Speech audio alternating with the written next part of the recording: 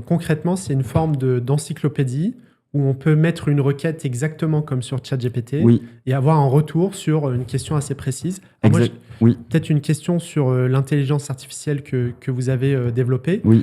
Finalement, comment est-ce qu'elle fonctionne en fait par rapport à des outils mass market? Quelle est la différence en Oui. fait avec ces outils où je pourrais poser une question assez similaire? Alors, il y a différentes briques. La première, c'est qu'on utilise, nous, différents modèles d'IA. On le sait peut-être pas, mais derrière ChatGPT ou OpenAI, il y a en fait tout un tas de modèles différents. Chacun a ses spécificités fortes. Certains vont être plutôt forts en recherche d'informations sur Internet, etc. D'autres en rédaction.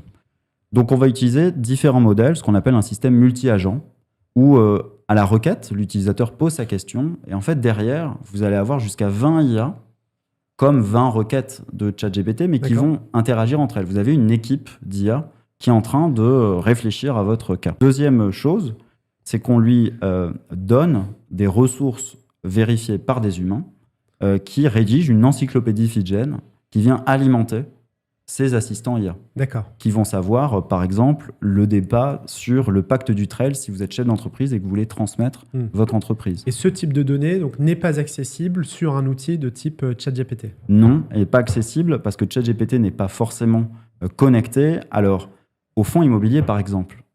Et donc, elle a des limites parce qu'elle n'est pas spécialisée là-dedans. Là où on peut aller beaucoup plus vite, c'est si on a fait un travail avec de l'IA côté Fidgen, de créer une base de données avec toutes les données à jour des SCPI, eh bien, Fidgen, d'un coup, devient un assistant IA qui a à sa disposition une base de données exceptionnelle. D'accord. Donc vous, finalement, votre valeur ajoutée, c'est ce que tu me disais lors de la préparation de cet échange, c'est d'avoir cette forme d'intelligence, de contenu additionnel que vous allez alimenter auprès de votre IA, qui finalement repart sur les tuyaux, enfin vous utilisez les modèles d'IA existants et vous rajoutez cette couche d'intelligence qui vous permet d'avoir une information plus qualifiée en termes de réponse.